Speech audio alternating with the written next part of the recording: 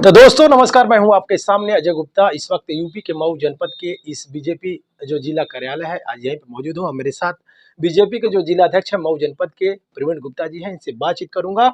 और जो बीजेपी की पहली लिस्ट जारी की गई है विधानसभा चुनाव को देखते हुए, ये लिस्ट पर आज बातचीत करूंगा। भैया नमस्कार आपको। नमस्कार। सर, जो आज बीजेपी की लिस्ट जारी की गई है, जिस हिसाब से देखा जा रहा है कि तमाम उम्मीदवार, जहां से बात किया जा रहा था कि यहाँ से इनको टिकट मिलेगा, यहाँ से इनको टिकट मिलेगा, तो इस पर क्या लग रहा है आपको? तो टिकट तो मिल ही गया है, इसमें लगने वाली कौन सी बात है। लोकतंत्र का पर्व है, टिकट मिलेगा, पार्टी कार्यकर्ता चुनाव लड़ेगा। लेकिन इस बार विधानसभा चुनाव जो देखा जा रहा है कि अगर सुनने को मिला, अभी दारा सिंह चौहान जी जो हैं, जो पार्टी को छोड़कर दूसरे पार्टी में जा रहे हैं, तो क्या लग रहा है आपको? मधुबन विधानसभा से ऐसे मंत्री चले गए जो कैबिनेट मंत्री के रूप में थे, ऐसे चले गए, क्यों, क्या हुआ? अब उनका मन है इसलिए पार्टी छोड़ के चलेगा। ऐसा तो पहले तो आरोप नहीं लगा रहे, तब तो आरोप लगा रहे हैं किस प्रकार का आरोप लगा रहे हैं? कि दलित पिछड़ा का शोषित हो रहा है, वंचितों का शोषित हो रहा है, आपकी सरकार कुछ नहीं कराई। और जब वो सरकार में थे तो उनकी बार एक भी बार उनका इस तरह का बयान नहीं आता था। अब इतने से ही आपको मीडिया के बंधुओं को भी समझना चाहिए, और सम्मानित जनता पूरी समझ रही है। क्योंकि जिस दलित, शोषित, वंचित और पिछड़े समाज की बात कर रहे हैं, ये बात करके भी उस समय हमारे पास आए थे, भारतीय जनता पार्टी के पास आए थे। और हमने इसी नाते ही उनको लिया था कि भारतीय जनता पार्टी में सभी लोग एक समान हैं, चाहे अगड़ा हो, पिछड़ा हो, दलित हो, शोषित हो, वंचित हो, उसको मुख्य धारा में जोड़ने का काम भारतीय जनता पार्टी के कार्यकर्ता, भारतीय जनता पार्टी की विचारधारा करती है। इस नाते हमने उनको अपने साथ रखा, परिवार का सदस्य समझा, सम्मान देने का काम किया। अब आज उनके मन में कुछ ऐसा लग रहा हो तो उसके लिए कोई कुछ नहीं कर सकता। लेकिन कई ऐसे विधायक हैं सर, अभी सुनने को मिल रहा है कि बीजेपी छोड़कर वो सपा में शामिल होंगे, और सपा ये कह रही है कि मेरी सरकार इस बार बनेगी। क्या बीजेपी की सरकार इस बार नहीं बन सकती है? भारतीय जनता पार्टी की सरकार पूर्ण बहुमत के साथ 300 पार उत्तर प्रदेश के अंदर सम्मानित जनता बनाने जा रही है। लेकिन ओम प्रकाश राजभर कह रहे हैं डबल इंजन की बात कर रहे हैं, डबल इंजन हो गया है। वो कह रहे हैं कि हम मजबूत हो गए हैं। इस पर क्या कह रहे हैं? देखिए, विकास के आधार पे 2014, 2017, 2019 की सरकार बनी थी, और विकास के आधार पे 2022 में भी सरकार बनने जा रही है। तय है एकदम? बिल्कुल तय है, निश्चित रूप से तय है। और मैं तो आपसे बल्कि आग्रह करूंगा कि मऊ जनपद की चारों विधानसभा सीटों में जाएं आप, और सम्मानित जनता से पूछें, जिस तरीके से पीछे कमल खिलता रहा है उसी तरीके से आगे भी कमल खिलने जा रहा है। लेकिन अभी कल देखा है, एक प्रेस वार्ता हो रही थी जो जिसमें भाजपा के अध्यक्ष थे ओम प्रकाश राजभर जी, वो कह रहे थे ना मऊ, ना बलिया, ना आजमगढ़, ना गाजीपुर, कहीं से भाजपा नहीं दिखेगी। देखिए, यहाँ उत्तर प्रदेश के अंदर ही नहीं, पूरे देश के अंदर लोकतंत्र जिंदा है, और लोकतंत्र में मालिक सम्मानित जनता होती है, और संविधान से चलने वाले लोग हम सभी लोग। भारत के संविधान में अभिव्यक्ति की स्वतंत्रता दी गई, इस नाते सभी लोग जो मन में आता है बोल लेते हैं। लेकिन मैं इतना जरूर कहना चाहूँगा कि थोड़ा अपने जो मानसिक स्थिति और जो मन स्थिति है, दोनों को ठीक प्रकार से और जनता के मन और मिजाज के हिसाब से कोई आकलन करना चाहिए। और जब जनता के मन और मन स्थिति के बारे में जब आप जाएंगे पता करने, तो आपको पता चलेगा कि चारों तरफ कमल का फूल खिलने वाला है। सर, युवाओं के लिए आपकी सरकार क्या की है? आप देख रहे होंगे देश के अंदर 50% से ज़्यादा युवा हैं, और इन्हीं युवाओं ने 2014, 17, 19 में सरकारें बनाई, और युवाओं को रोजगार देने का काम हुआ है। उत्तर प्रदेश के अंदर 4.5 लाख से ऊपर नौकरियां दी गई हैं। स्किल डेवलपमेंट का काम किसने शुरू किया है? भारतीय जनता पार्टी की सरकार ने किया है। आत्मनिर्भर भारत बनाने का काम भारतीय जनता पार्टी की सरकार ने किया है। और आप तब के भारत में और अब के भारत में बहुत अंतर है, आप देख रहे होंगे। लेकिन सर, मऊ जनपद की अगर बात किया जाए, जहाँ के सदर के विधायक हैं मुख्तार अंसारी जी थे पहले, अब उनको टिकट कोर्ट का आदेश आया कि टिकट किसी पार्टी से नहीं मिलेगी। तो यहाँ से सुनने को मिल रहा है कि निरहुआ आएंगे, लड़ेंगे, और उनका दाव जो है लगाएंगे उनके प्रति। तो इस पर क्या कह रहे हैं? देखिए, मुझे इसके बारे में जानकारी नहीं है कि कौन कहाँ से क्या करने जा रहा है।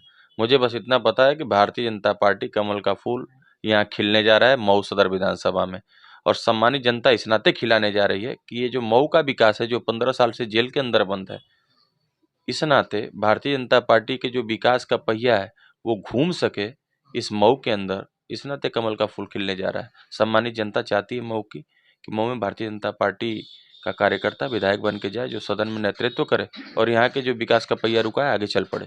लेकिन सर, बीजेपी के विधायक और जो कैबिनेट मंत्री थे, वो अब आरोप ये लगा रहे हैं कि सबका साथ सबका विकास की नारा जो लगा रहे थे बीजेपी वाले, अब सबका विनाश का काल आ गया। इस पर क्या कह रहे हैं? निश्चित रूप से अब उनको कहीं ना कहीं लग रहा होगा कि जनता में जवाब देने का जो समय आया है, तो जनता के बीच में जाएंगे तो जवाब तो देना पड़ेगा ना कि हमने क्या किया है। और जवाब देने की जब स्थिति नहीं बनती है तो आदमी की जो मन स्थिति है, जो मानसिक स्थिति है, थोड़ा खराब हो जाती है और इस नाते उजुल फुजुल बयान देने लगता है। मैं आपको एक चीज़ बताना चाहता हूँ मीडिया के माध्यम से, जो देश के अंदर और जो प्रदेश के अंदर विकास की गाथाएं लिखी जा रही हैं, आदि अनंत कालों तक इसको इतिहास के पन्नों में पढ़ा जाएगा, इस भारतीय जनता पार्टी की सरकार को और भारतीय जनता पार्टी के विकास को।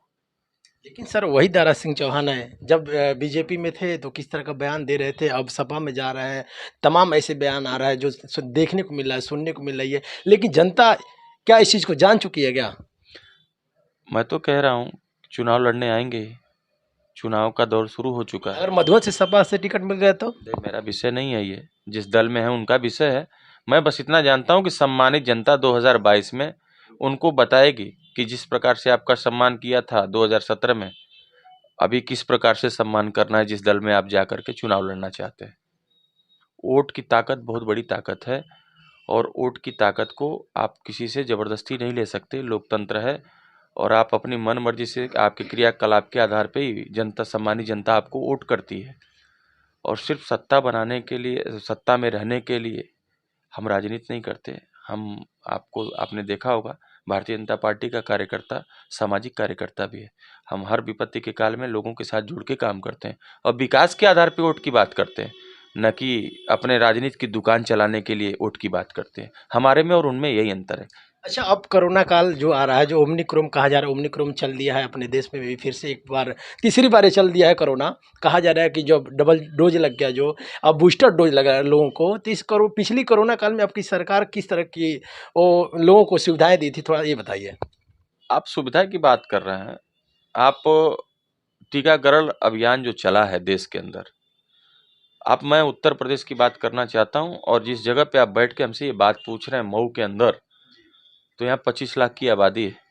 आप कभी जब देखेंगे वर्ल्ड के नक्शे में जाएंगे तो 25 लाख की आबादी के भी देश होते हैं, और जिस प्रदेश में हम सभी रहते हैं वहाँ 25 करोड़ की आबादी है।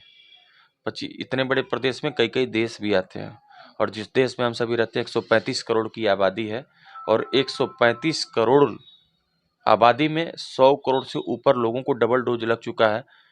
आप थोड़ा सोचिए कि सरकार ने किस तरीके से अभियान लिया होगा और किस तरीके से काम किया होगा। पीछे आप जब जाएंगे वर्ल्ड के नक्शे पे, और जो जो देश हैं उनके अंदर 10 लाख 5 लाख लोगों को भी डोज नहीं लग सका है, और हम निःशुल्क लोगों को डोज लगा रहे हैं। लेकिन जिस डोज की सर बात कर रहे हैं, जो डबल डोज लग गया है, तीसरी डोज भी आ गई है, जिस डोज का नाम है बूस्टर डोज, वो दूसरी डोज से तीसरी डोज लगवाने में 9 महीना लग रहा है। अगर बीच में कोरोना काल की स्थिति भयानक आ गई, तब उसमें किस तरह से लड़ेगी आपकी सरकार? आप समझने का प्रयास करें। आपके माध्यम से मैं जानकारी भी देना चाहूँगा कि जो 9 महीने का टाइम ड्यूरेशन है वो सरकार के नाते नहीं, वो जो वैज्ञानिक हैं अपने, जिन लोगों ने इस डोज को डेवलप किया है, उसके टाइम ड्यूरेशन को इस तरीके से सेट किया है कि इसके पहले लगाने पे क्या फ़ायदा होगा, इसके बाद में लगाने से क्या नुकसान होगा। जैसे दवा की खुराक, जैसे सुबह दोपहर शाम डॉक्टर लिखता है, तो ऐसा तो नहीं तीनों खुराक एक ही साथ खा लेंगे।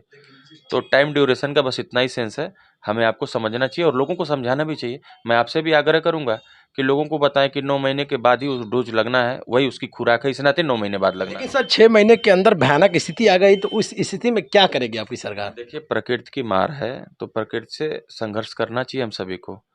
आपने देखा होगा देश के अंदर बहुत सारे जो छोटे छोटे आबादी वाले देश हैं, बहुत सारी हानियां हुई हैं वहाँ पे, लेकिन इतने बड़े देश में उनके सापेक्ष भी जब देखेंगे तो भारतीय जनता पार्टी की सरकार ने जो देश के अंदर चल रही है, जो प्रदेश के अंदर चल रही, लोगों के जीवन को बचाने का काम किया है। भारतीय जनता पार्टी के कार्यकर्ता घर से निकल करके लोगों को सेवा भाव से जोड़ करके उनको सम्मान देने का काम किया, उनके स्वास्थ्य की चिंता करने का काम किया, उनको उचित जगह ले जाने का काम किया है। बाकी किसी दल में ऐसा है क्या? नहीं है। आप जब भी देखेंगे, तो इसलिए हम कहते हैं कि हम पार्टी भी डिफरेंट है, हम समाज की सेवा भी करते हैं, साथ में देश की सेवा कर रहे हैं राजनीतिक माध्यम से। लेकिन सर आज बीजेपी का पहली लिस्ट जारी हुआ है, जो कि आज 15 जनवरी है। आज मकर संक्रांति का दिन भी है, कुछ लोग कल भी मनाए थे, आज भी कुछ लोग मना रहे हैं।